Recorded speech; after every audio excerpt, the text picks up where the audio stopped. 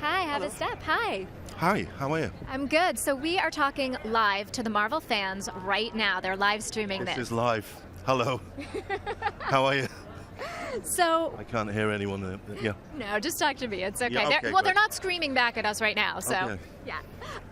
So how does it feel to have gone from working on this film and having to stay so quiet about it because everyone knows the Marvel universe is very secretive, Yeah. to finally being here and being able to celebrate this film? Well, it's great. We can really sort of shout it to the rooftops now, and yeah, it's just amazing. I mean, you just look around, and this is just mirrors the kind of the magnitude and of the production values of how Marvel tell their stories, and I'm just sort of thrilled to be a part of this because the 13-year-old kid in me that was back in Salford, collecting Spider-Man comics, and then kind of investing all my money into those comics has now rewarded me in my adult life. So you get that kind of warm, fuzzy feeling that it pays off.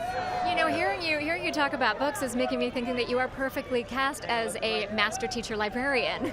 Yeah, I think so. Yeah, I'm really glad that they've gone for the birthright casting as well. So, I do remember, having lunch with Chuzal when this was actually happening, and looking on the internet, and one of those things when you actually watch the Marvel movies and someone of East Asian descent, you kind of think you're a little crestfallen that you don't see any Asian superheroes, and so I did a little bit of investigating, and then I saw this picture of Doctor Strange, and then I saw Wong, and I just thought, I simply have to get this for the ancestors. I've got to do this. Well, the ancestors would be proud. Yeah, I think so. I think they're shining down on me.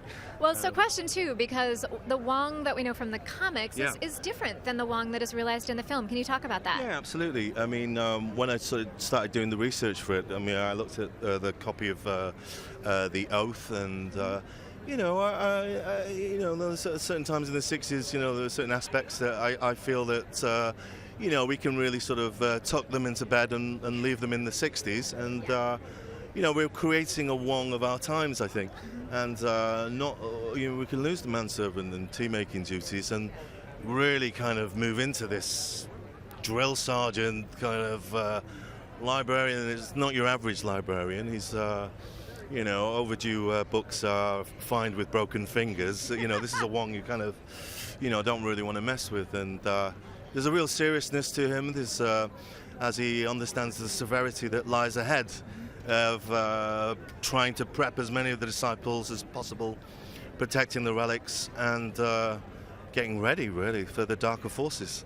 And one of the things you mentioned, he's a very serious character. One Yeah. of the things that I love is sort of this ongoing joke in the film about Benedict Cumberbatch, Doctor Strange, trying to make you laugh. Now, I'm not going to say how. We won't spoil that for the film. But what I do want to know is, how hard was it to keep a straight face? Well, that's it, really. You're laughing and muffling, and obviously you've got to play the scene. And if we hopefully people will get a chance to see the blooper reel. There's a few breakouts really there. Yeah. So another question, too, is you mentioned that you were a Spider-Man fan growing up. If Spider-Man showed up at Camartage, do you think he would be a worthy disciple? Yeah, we'll find him a place. Yeah, absolutely. I think all web slingers are welcome. Yeah, definitely. Yeah, I'm looking forward to Homecoming. Saw the trailer at Comic-Con, and wow, really exciting.